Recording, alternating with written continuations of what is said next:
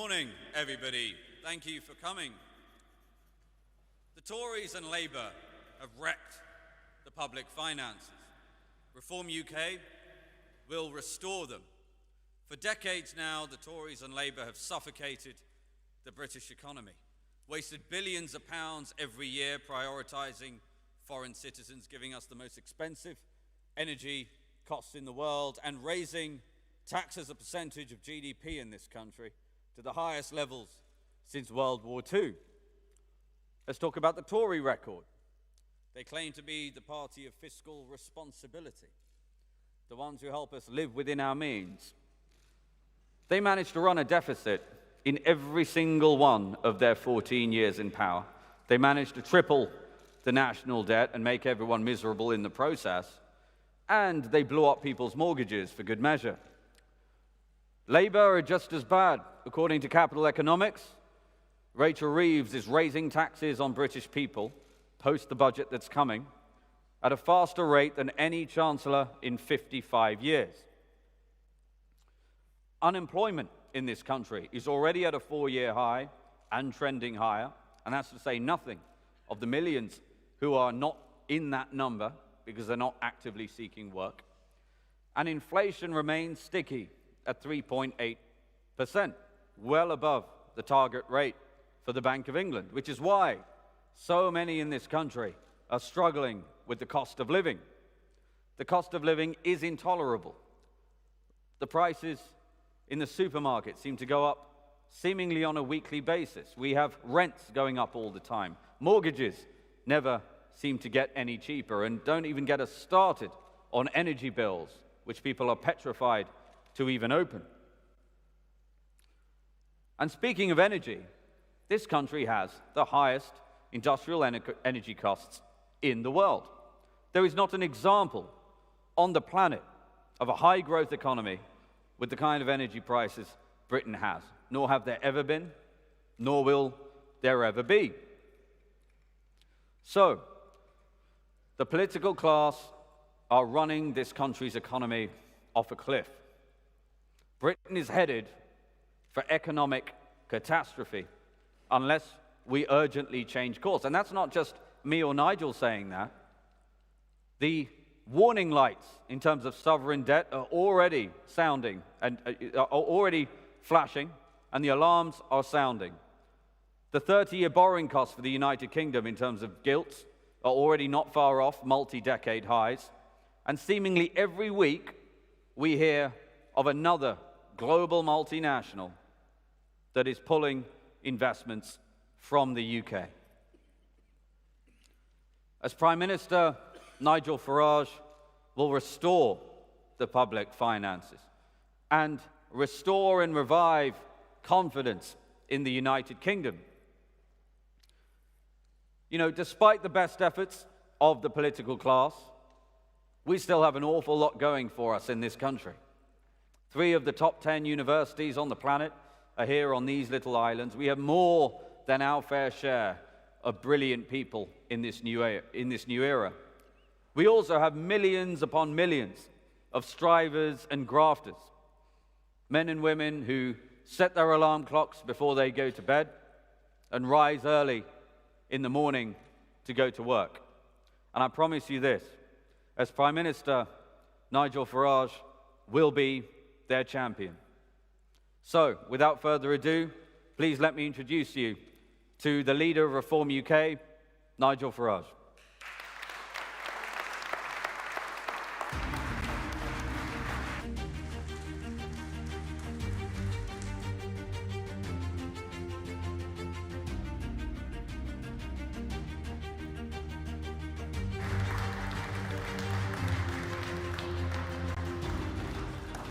Thank you very much. Thank you. Zia, thank you, and good morning, everybody.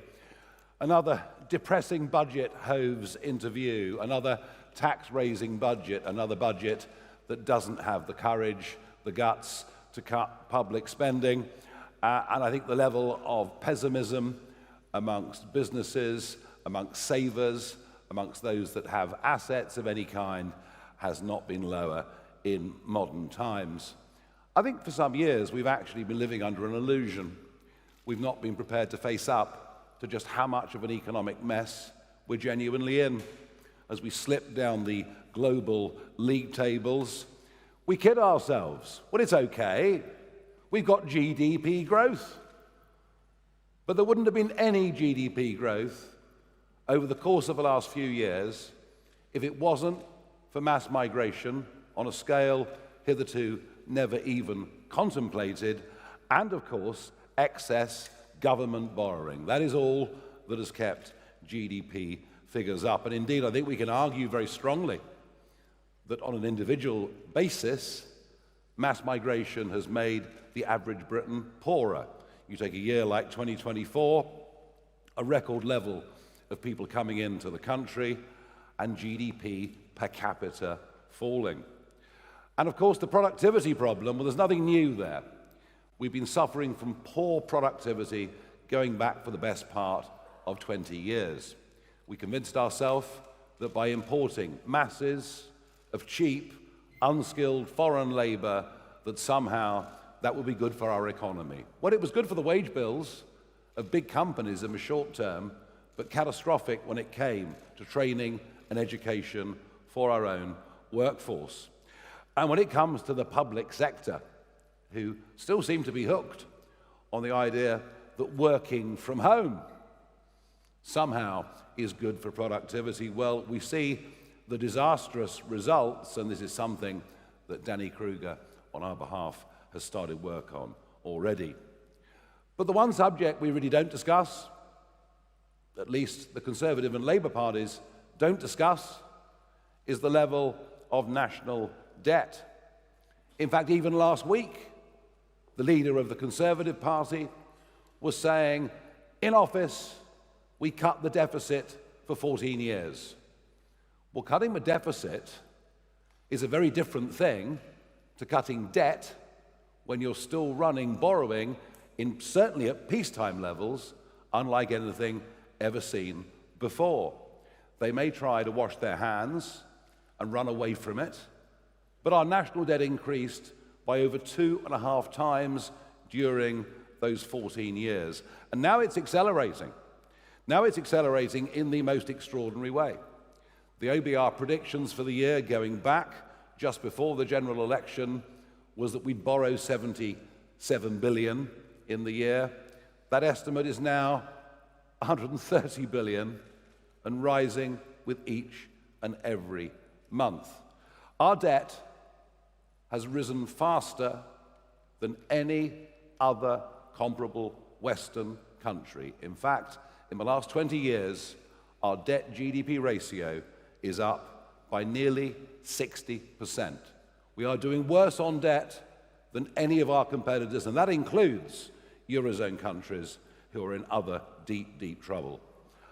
Our debt repayments are over 100 billion a year. They're over the level of our defense budget, and the markets are getting nervy.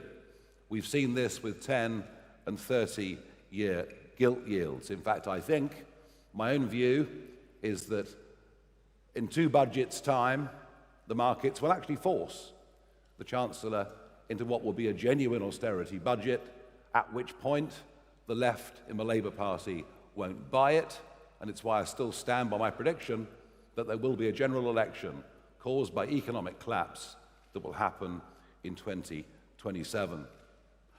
And just look at the pace, the rapid pace that we continue to deindustrialize. It's all going. Chemicals, refining, cement, heavy engineering, steel. We're losing literally all of it. Cars, and China, the beneficiary in almost every single sector. Why? Because for ideological reasons, we have chosen to have the most expensive industrial energy prices in the world. As for benefits, well, the bill this year has ballooned to over 300 billion. That is more than the cost of the National Health Service and defense added up together. So things aren't happening, and work isn't even paying. Our million lowest paid workers would all be better off if they claimed to have mild anxiety. That is the level of mess we're in. One of my own great frustrations is that Brexit has been squandered. The opportunity to sensibly deregulate, the opportunity to become competitive globally, all of that has been squandered. And the worst thing is that regulations and the way regulators behave with British business is now worse than it was at the time of the Brexit referendum vote, and I apply that with knowledge from everything through the financial services industry to the fishing industry. Now, we believe that the fundamental problem behind so much of this, and yes, of course, there are global trends, yes, of course, these things are factors, but that there is a fundamental problem at the heart of the way this country is run. It's the people that are actually doing it.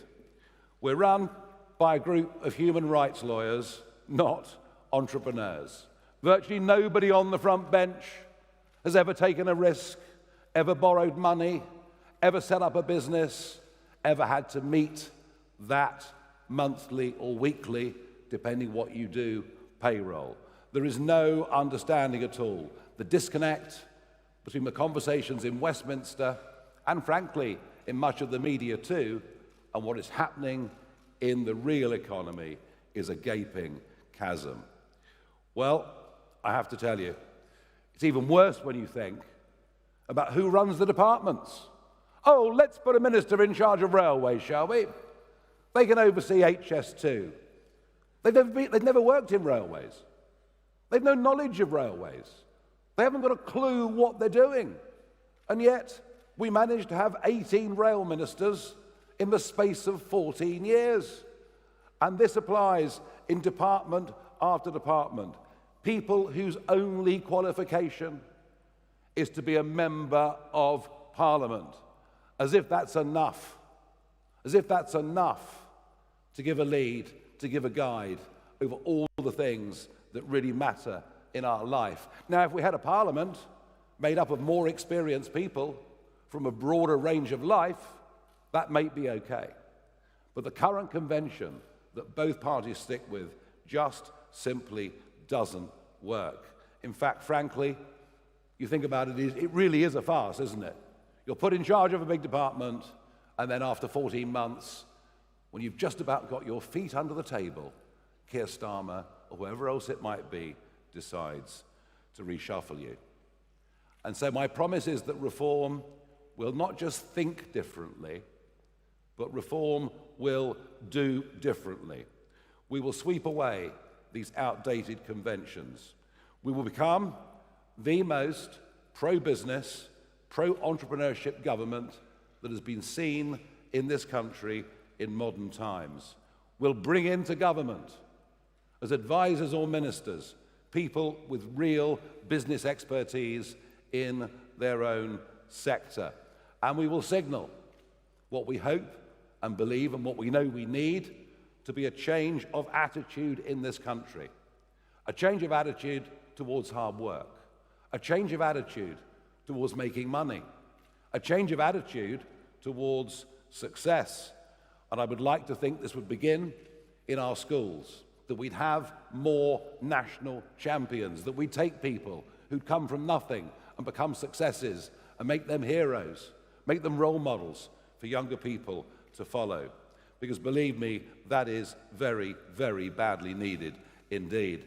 And perhaps it's appropriate that this speech is being given in this magnificent old banking hall right here in the heart of the City of London. Now, it's a place that I know incredibly well, having spent much of my working life here, and generations of my family before me that worked here. It is a very special place because it symbolizes what is still, despite everything, Britain's biggest industry. We never talk about it. Parliament rarely debates it. Financial services are Britain's biggest industry. But what sad decline we are currently in. We have an EU rule book that is almost entirely in place. And that is interpreted by massively overzealous regulation. The costs of doing business in London, the costs of doing business in our financial services industry are now simply too high. And we're losing business to places all over the world, New York, the Far East, you name it. There is, of course, one booming sector here, though. That is HR and compliance. And Richard Tice and I were talking about this earlier. The FCA now incredibly have 5,000 staff. It was 2,000 staff when I left the city just over 20 years ago. And still we carry on with our outdated practices.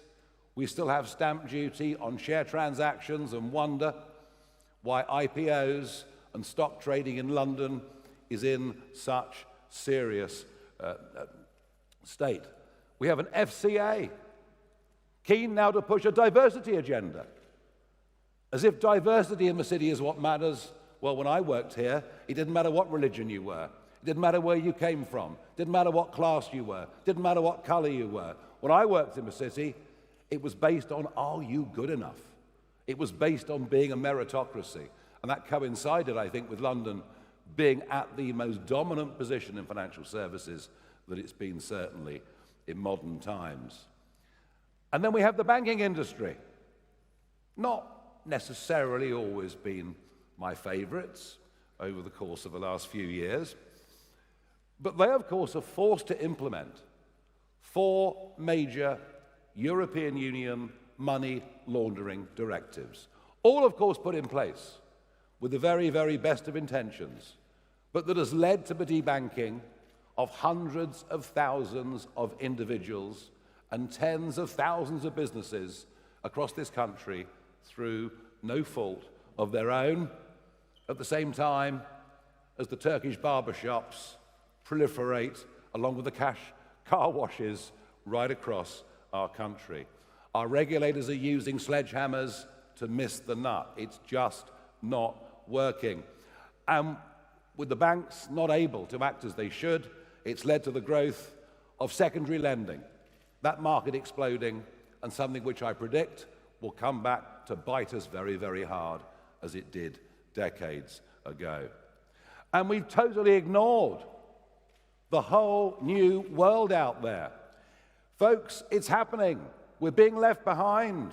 There's a global boom in the trade in digital assets, in the use of stable coins, in the usage and investment in all forms of cryptocurrency. We've literally turned our backs on it, both the Bank of England and the FCA being guilty of this. The reason the city succeeded for hundreds of years is that it innovated, it took risk, it saw what the future direction of markets and consumer and customer and commercial demand would be. And we have done absolutely none of it. And frankly, I believe it's a disaster. We should be leading the world in these 21st century businesses. So our aim would be to sensibly deregulate a rule book that was written for the European Union, not written for the City of London, to think globally and to have a much more open debate with the Bank of England. It seems that Parliament thinks, oh, the Bank of England have got independence. Well, they've got independence over monetary policy. They don't have independence over fiscal policy. And it was Richard Tice that pointed out 18 months ago the vast sums of money unnecessarily being paid in interest to banks. And now we've moved to quantitative tightening. Well, they're on course to lock in losses of £150 billion. This has a major fiscal impact on this country. I haven't heard Rachel Reeves talk about it once, which, given she was 10 years a very senior economist over there, I must say I find very, very surprising, and a total rethink of what the FCA is. Markets need sensible regulation that users can trust. And you know something? They don't need a whole lot more than that. And don't forget, when I talk about the city, I'm not just talking about here and Canary Wharf. I'm not just talking about Mayfair. I'm not just talking about a few very high earners. I'm talking about an industry that employs hundreds and thousands of people in every major town and every major city in this country. That is how fundamentally important it is. The whole economy must encourage innovation. We must encourage ambition, and yes, dare I say it, risk-taking. Free markets work because people take risks. And if it goes wrong, it's not the job of governments to bail them out. It's the job of their shareholders and their bondholders to lose all of their stake. And we need so much more than that. But to be that kind of economy, we have to have the right people in our country. That breed of people that will take astonishing risk. That breed of people who'll give up their lives dedicated to a particular project that they wish to succeed. And the numbers on that aren't looking very good. The exodus is real. An estimated 16,500 very rich people will leave this country this year. But a total of about 80,000 people will leave this year seeking jobs, seeking work, seeking opportunity elsewhere around the world. And yes, many of our brightest, youngest, most ambitious people have simply had enough. We're living through a wealth drain, but we're also living again through a late 1970s style brain drain. And we intend to reverse all of that. The and this is unpopular. You talk about this, oh, you can't just talk about rich people. Well, I'll tell you in a moment why we need to. The non-dom tax changes started, of course, by George Osborne, accelerated by Jeremy Hunt, finished off by Rachel Reeves, is a self-induced act of financial stupidity. These people pay their UK taxes. These people employ a lot of people. These people invest in British businesses and British industries. These people are the biggest spenders in the country. But off they go. Milan welcomes them with open arms, as has Lisbon over the course of the last few years. Athens now doing the same. Dubai, a 250,000 Britons. 250,000 Britons now living in Dubai alone. And that's why we've introduced the idea of the Britannia card. A one-off payment for non-doms to come back, settle here, and pay all the relevant tax on their UK income. The same is true of those that are wealthy with assets. They're fleeing. They're scared of wealth taxes. But what they're even more scared of is retrospective tax changes. And it's happened. All through the 90s, I ran my own company. I put money aside every year. I didn't take the family to Barbados. I didn't buy the kind of cars I'd have liked. I put money aside. I thought, well, that's there for a pension, and if I snuff it, it's there for the family. That is now subject to inheritance tax. People are scared of retrospective taxation, and even scared now of the idea of an exit tax. But perhaps the biggest disaster are young professionals who are caught in the £100,000 a year tax trap, and young entrepreneurs who want to get on. They're leaving, and we want them back in this country. And this hard left socialist dogma that it's popular to tax the rich, that the rich won't move, they'll stay and pay more, that, I'm afraid, has infected virtually the entirety of our political class, and it's wrong. So let me make it clear. I want as many high-earning people as possible living in this country and paying as much tax as they legally have to. Because if the rich leave and the rich don't pay tax, then the poorer in society will all have to pay more tax. It's as simple as that, and what we're doing is crazy. And we need those people back, although I have to accept that coming back into London will need not just sensible tax rates, not just a government they fear, it'll need law and order on London's streets to be sorted out, something that Mayor Khan appears to be oblivious to, but is given by some now as another reason for leaving. London, the capital city of Britain, in which you're too scared to wear a watch walking down the street. Right at the heart of what we intend to do to reindustrialize Britain, using the fact we have rather greater knowledge, and we're not stuck to dogma in a way the other parties were, has to be to deal with the energy industry. It's as if a new religion overtook the Commons in Blair's time. It was reinforced by Call Me Dave, Vote Blue, Go Green. We then saw Theresa May put net zero into law without even having a vote on the floor of the House of Commons. It wasn't needed because everybody agreed. And now, of course, we have Ed Miliband, whose fanaticism has taken things to a whole new level. Well, he's in competition with Boris, who wanted us to be the Saudi Arabia of wind. Somehow they all seem to think they're saving the planet. The truth is, what they're actually doing is they are exporting carbon dioxide emissions to manufacturers in companies that operate under lower environmental standards. And just look what it's done to the price. And you'll hear evasion after evasion about the genuine cost of renewable, intermittent, unreliable, renewable energy. But our electricity prices are 4 times that of the United States of America, double that of most of our European competitors. And we've done this to ourselves. It is complete and utter madness. You can have as much solar and as much wind as you want.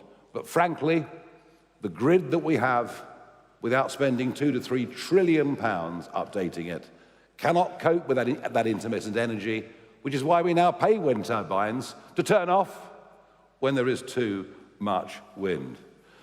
The lunatic cost of net zero is continuing deindustrialization. 3 or 4 more years of this, there'll be very little manufacturing left in Britain at all, believe me. And when you think about it, it's really quite mad, isn't it? Because we're not just seeing the closure of our refineries and everybody else, who, for many cases, energy contributes 40% of their overall bill. But we're even conning ourselves now. The Prime Minister talks about AI. We're going to be an AI centre. Oh, no, we're not. Because the new energies, the new industries, use more energy than the old, heavy manufacturing industries. If we want to be involved with data centres, with crypto, we're going to need to use more energy than we've ever done before.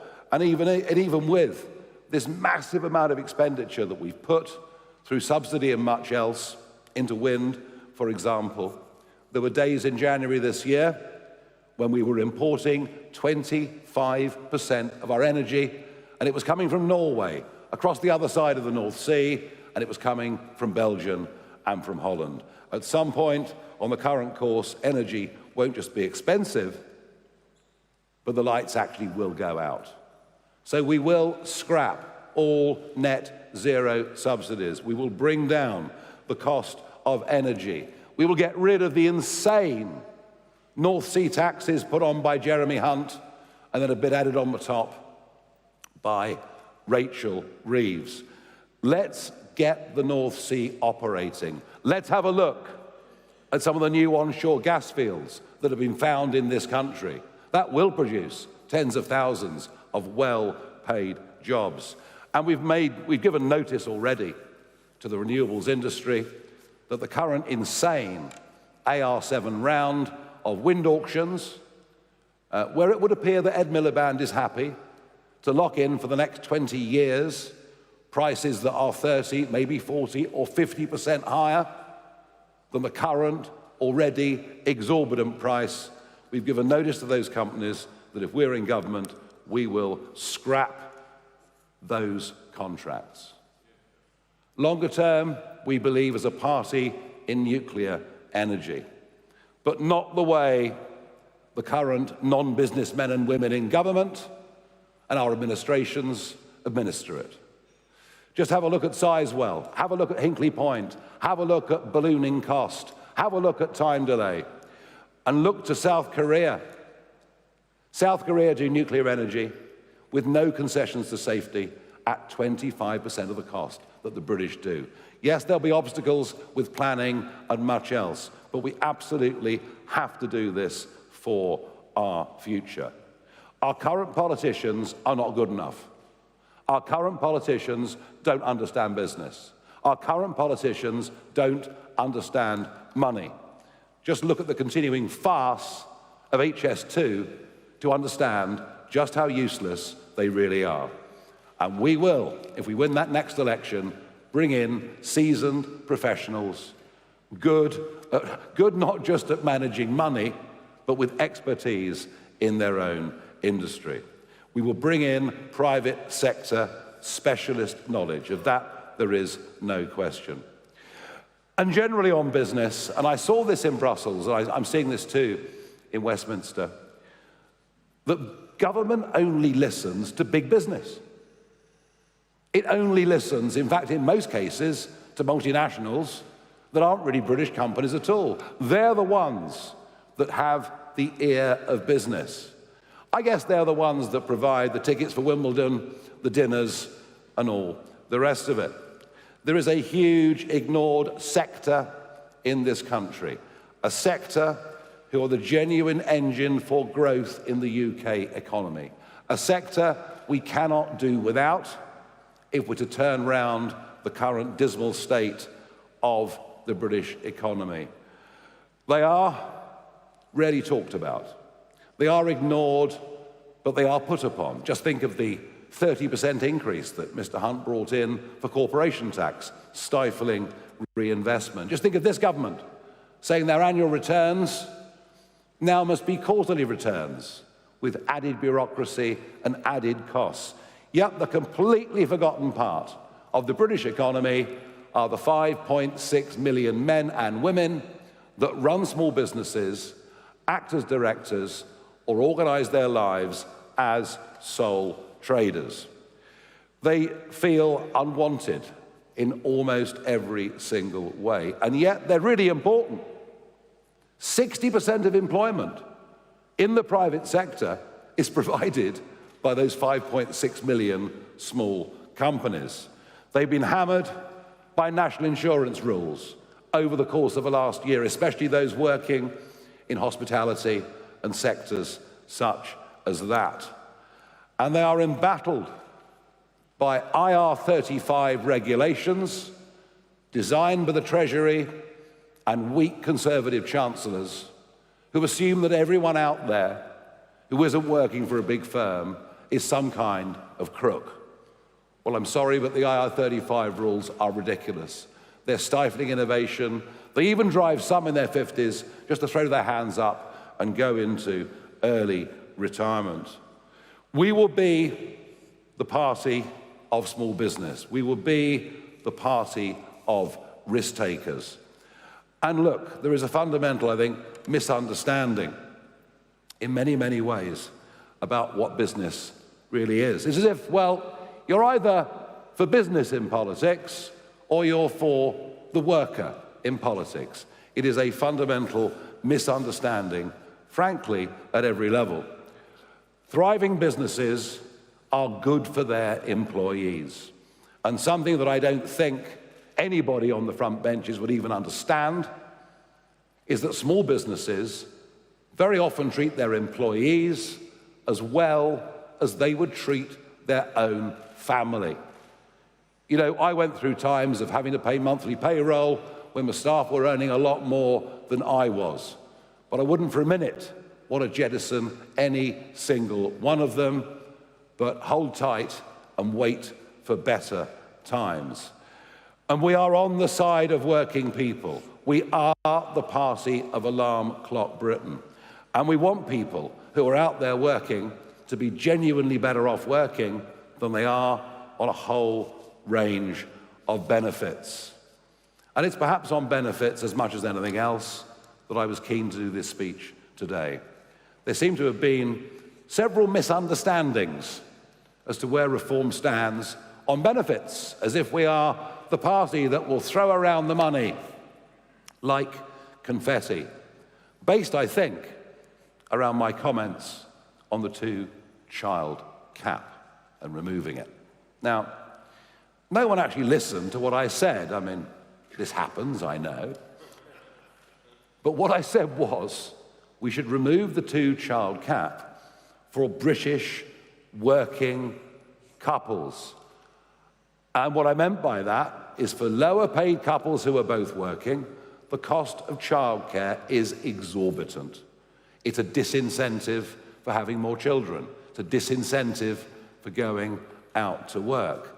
And so I thought a tax credit for a couple where both were working was actually a very, very pro-family policy in every single way.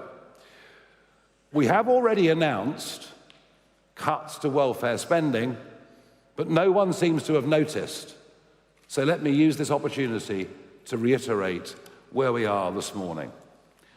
My colleague Lee Anderson and Zia Youssef did a press conference earlier on this week dealing specifically with PIP claims, saying that we would take away claims from people who were on PIP for non-major anxiety.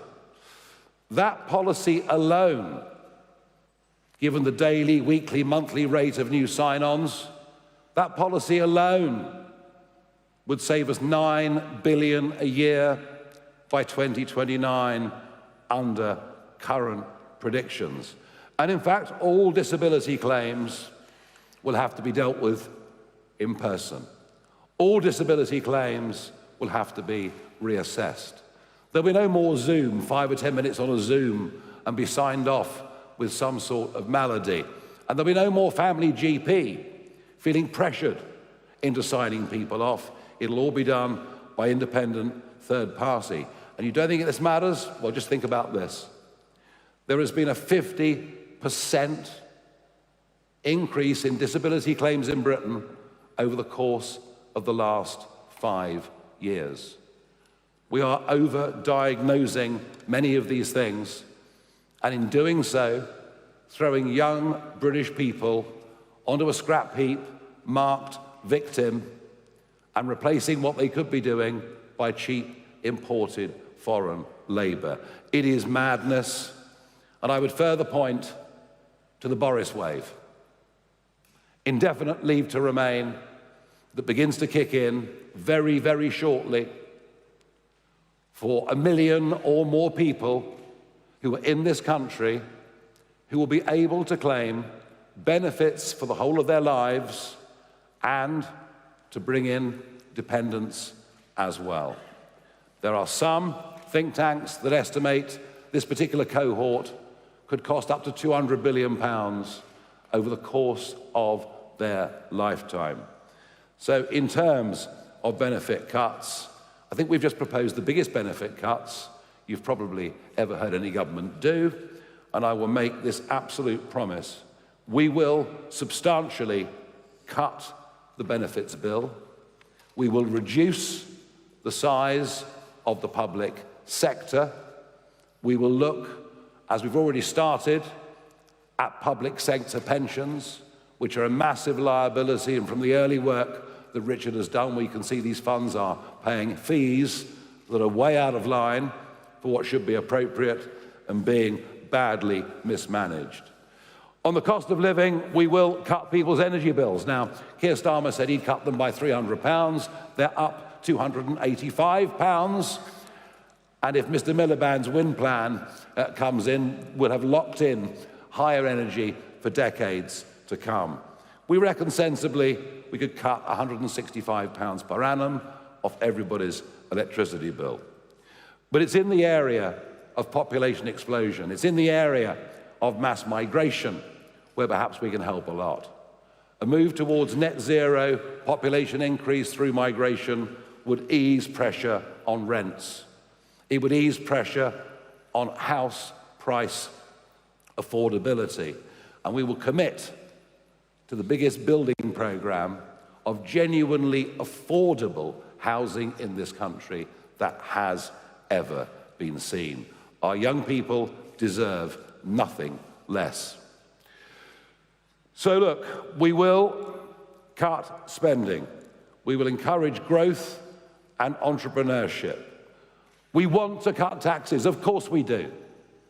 But we understand substantial tax cuts, given the dire state of debt and our finances, are not realistic at this current moment in time. There are some relatively modest things we would do. We would immediately remove IHT from family farms and from family-run businesses. And we will raise the thresholds at which people start to pay tax to begin the process of getting people out of the 16-hour-a-week working debt trap that so many people find themselves in. The state of the finances, the state of the economy is far, far worse than it was in the run-up to a 2024 general election. But be in no doubt, we are pro-business. Be in no doubt, we want work to be rewarded.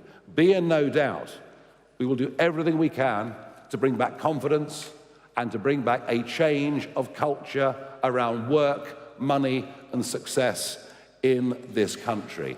And be in no doubt that we will have higher quality people in charge of areas over which they've got knowledge than we've seen in this country for many, many decades. Thank you very much.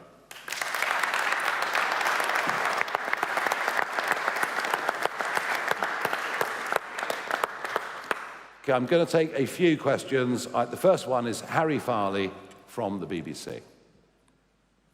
Thank you, Mr. Farage. Harry Farley from the BBC. A matter of months ago, you were talking about tax cuts worth billions of pounds. Now you say tax cuts at the moment are not realistic. How can people trust you when, just like the other political parties you criticise, you promise something before an election and then reverse it when it looks like it's difficult? I didn't say we couldn't afford tax cuts. I said we couldn't afford huge tax cuts. And I mentioned a couple of tax cuts right at the end that I think are vital to be put in place very, very early. You talk about responsible. Well, look, we haven't wrecked the economy. You know, we're not the ones with projected government borrowing nearly double what it was before the last general election, with unemployment at a 4-year high, with inflation pushing 4%, and with, frankly, yet another tax-raising budget around the corner that'll further dampen growth. So I would say this to you: we are being mature, we are being sensible, and we are not over-promising. But for us not to take account of the dire state of our public finances, that, I think, would be irresponsible. Do we want to have a smaller state? Yes. Are we going to cut the benefits bill? Yes. Will the civil service be smaller? Yes. Will we get a grip on public sector pensions? Yes. But we can't have massive tax cuts until the markets can see we've at least got these things in hand. Next is Joel Hills from ITV News.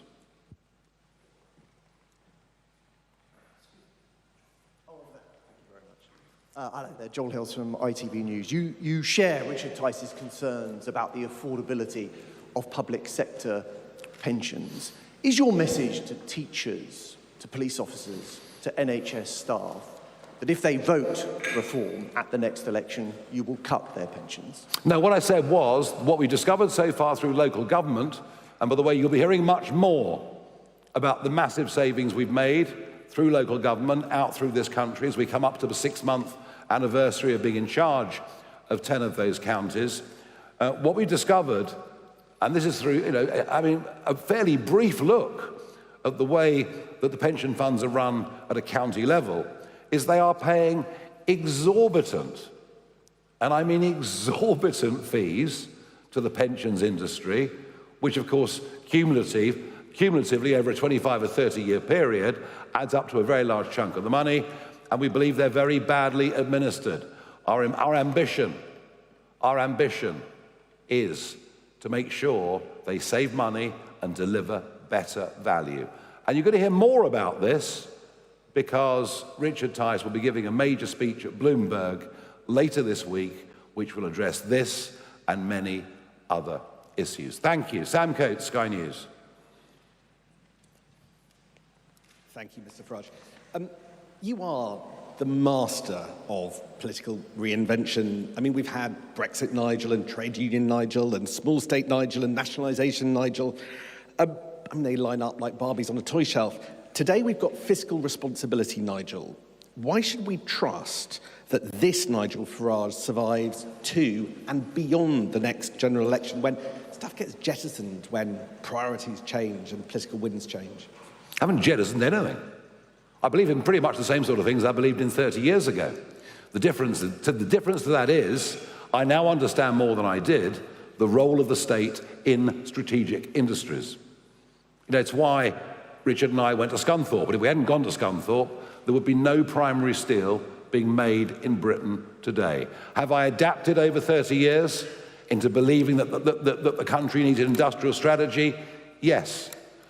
Do I believe that actually, in certain failing industries, you know, a short-term partial nationalisation where, by the way, the bondholders and shareholders get wiped out, it doesn't cost government to do it? Yes. So I think you'll find the shifts and changes that you're looking for quite difficult to find. You know, I believe we have to be a competitive economy. I believe we have to have a hard work culture in this country. And I believe that unless business succeeds, the rest of the country can't succeed. A growing public sector does not make us richer. I think I've believed in that for almost 50 years, actually. Christopher Hope, GB News. We've been listening to Reform UK leader Nigel Farage there giving an address. You said you would raise thresholds, that's presumably income tax thresholds. In May, late May this year, you said you'd increase the basic rate threshold from £12,500 to £20,000. Does that still stand? That is the biggest commitment you've made on that area.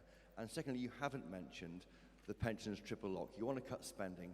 Surely that is now under threat.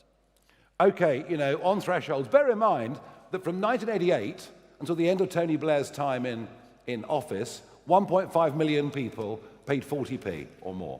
1.5 million people paid top rate tax. By the end of next year, 8 million people will be paying 40p or more. Just to give you an illustration of the extent to which the state has grown, the extent to which we're managing our economy terribly, the extent to which we've not allowed businesses to go out and thrive and succeed, so dragging everybody in. We will raise thresholds. I cannot tell you what the state of the economy will be as the next general election approaches. If I'm right, and that election comes in 2027, then the economy will be in an even worse state than any of us in this room can even predict. So how can anybody project on pensions or thresholds or any of those things between now and then? What we will do and what we can do is to use whatever muscle we've got to fight and urge this government to change direction, to ease the burden on small business, being just one example. And you know, there are many things that we've said and done over the course of the last year that have led to government and opposition following what we say. So maybe we can change things slightly by debate, by force of reason, by opinion poll strength, although I suspect that with this Chancellor and with this Prime Minister, they're so torn between their old Labour voters going reform and their left-wing voters going for a Polanski, your party, whatever it may be, alliance, that I expect what we'll see more of is a government with no vision that just floats around but then U-turns when it gets the chance. Okay, I'm going to go to Sam Merriman from the Mail. Hi. Is the minimum wage too high? Would Reform lower it or scrap it to boost aspiration? Sorry, say that again. Is the minimum wage too high? Would Reform lower it or scrap it to boost aspiration? There's an argument the minimum wage is too high for younger workers, particularly given that we've lowered the level at which NIC is paid to $5,000 a year. So do one or the other. Do one or the other. Either lift the cap at which NI is due, or lower the minimum wage for lower workers. But you know what? I'd say this to the Chancellor, do something. Do something. Because for so many young people, that first job, and it can be in a pub or wherever it may be, it's a very, very important part of growing up, becoming part of a working, contributing adult. So I would urge the Chancellor to do one of those two things. Aubrey Allegressi from The Times. Thank you. Aubrey Allegretti from The Times. I wanted to ask you about your nationalisation policy, which you set out earlier this year. You committed again in July to nationalising half the water industry, and you've talked since about nationalising the steel industry as well. How much would both of those things cost? Can you afford them if you're standing here and telling us about how you're going to be fiscally constrained? And are you signalling to workers that nationalisation is sometimes in the best interests of the taxpayer? Nationalisation should only be used as an emergency measure. Of that I have no doubt at all. In the case of steel, if something hadn't happened, literally within a couple of days, this country would not be a primary producer of steel, the only major Western country that would not be a primary producer of steel. Now, I have heard in the last week that the government are going to begin to do some energy deals with one or two of the biggest users. But that, of course, is simply attacking the symptom of the problem and not the cause. It's the energy prices that heavy industry can't stand. Water's a different case.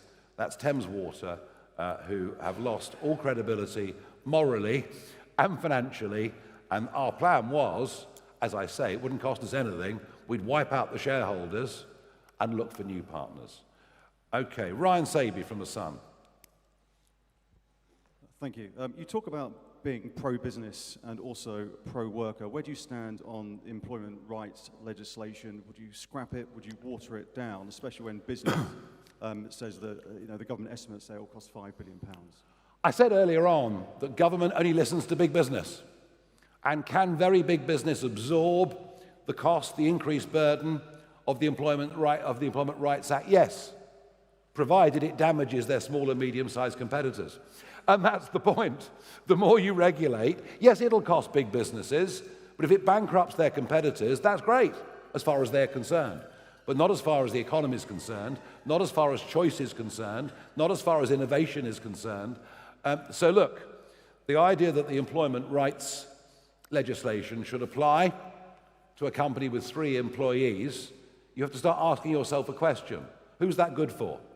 Well, it's not good for the company, and it's certainly not good for the worker. And it's why I repeat what I said earlier. This is the most ignored part of the British economy. Those little firms that I'm talking about provide 60% of the jobs in the private sector. It's about time they had a voice in the public domain, and the employment rights legislation will damage them and their employees. And my final question, because I'm not doing hundreds today, I mean, normally I do 25 or whatever, and we have got more press conferences coming, but to show you the sheer levels of balance that we apply here, let's go to Pippa from The Guardian. Thanks, Mr. Farage. I'll ask the other 25 questions for them, if you like. Can I ask who in mind you have to be Chancellor? Will it be Richard Tice, Zia Youssef, or somebody else entirely? Can I quickly also ask, do you still support PR? You were a big advocate of it for many years, but have seemed to have gone rather quiet on it now. The first past the post looks like it favours you. And to end the questions where we started, are you just doing what you accuse the other parties of, breaking promises in order to join the political mainstream? I'm really interested in that balance that you have to strike between retaining the benefits of insurgency while trying to make yourself look credible on the economy. Thank you. Well, look, I mean, aspiration, all I ever said was that raising the tax, I want the tax threshold to go to £20,000. I think it's vital for this country we get it there. It's vital that with benefits and getting people back to work, we have incentives. I think that's really, really important. As well as toughening of the rules, it needs the carrot and stick approach. So they were only ever aspirations. And I think what you're seeing today is us being realistic about the state of the economy. Now, look, when it comes to who's the Chancellor going to be, who's the Home Secretary going to be, and all the rest of it, this is a work in progress. Over the course of the summer, Danny Kruger joined us. He's taken on a very specific area for us. Colin Sutton joined us, most famous living cop in Britain. He's taken on a very specific area for us. Vanessa Frake joined us, the toughest living prison governor in the country. She's taken on a very special purpose area for us. And there'll be more announcements in the next couple of weeks of people with expertise. No speculation about defections here. There'll be more expertise coming over the course of the next few weeks. And what I've tried to do really hard this year is to get away from this idea, this criticism, that somehow it's a one-man band. It's not a one-man band. There's a broadening team. They're sitting there in front of you on the front row, from David Bull to Lee Anderson to Richard Tice to Danny Kruger and indeed Zia Youssef as well. And there are others, and there'll be more. And as time goes on, there'll be more and more. And as we develop and build that team, we'll start to give people labels. Right now, we're not ready. But I would hope to think that with all the press conferences that we've done, the speeches we've done over the course of the last few months, that you can see that we are developing thinking, we're developing messaging in a very, very wide range of areas. The next big speech we're doing is it you, Richard? That's Bloomberg on the 5th. Bloomberg speech from Richard Tice on the 5th. Thank you very much indeed.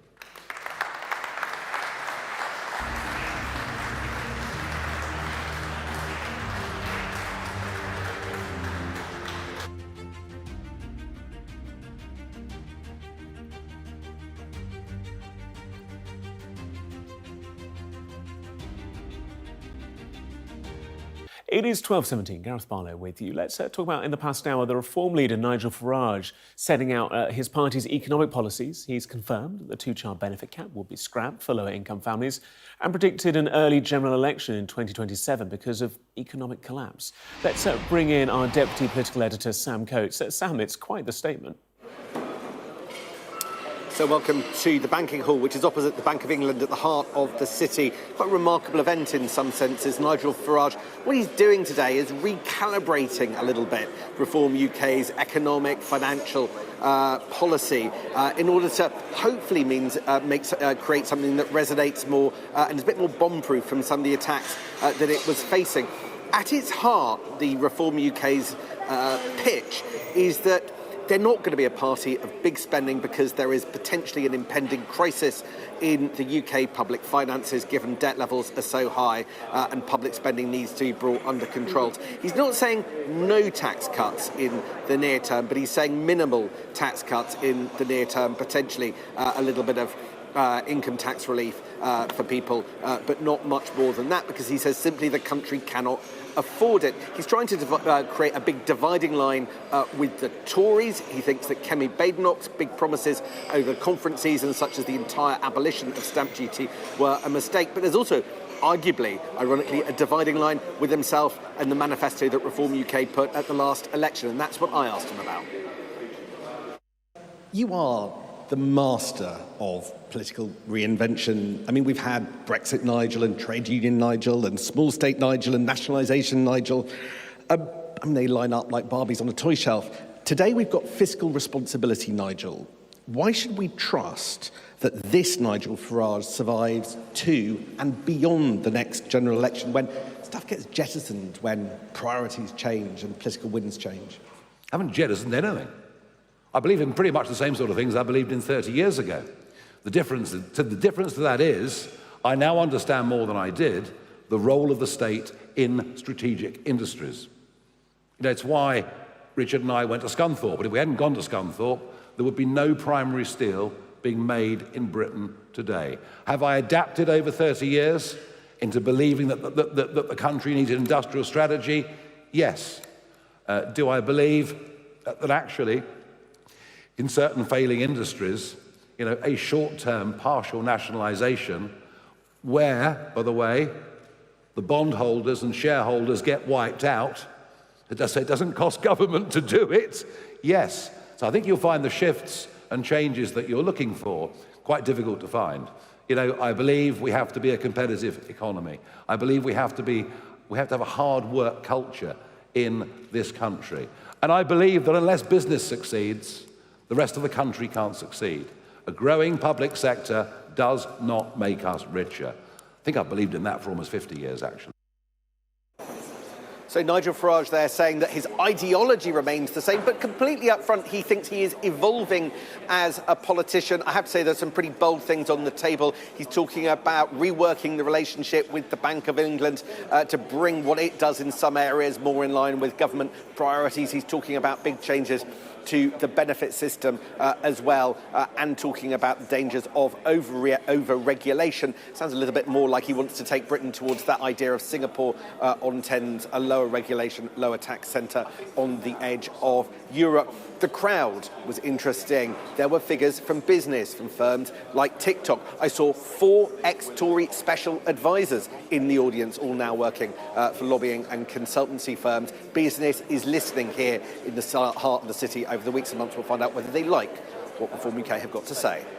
Sam Coates, live for us in London. Good to have you with us. Thank you.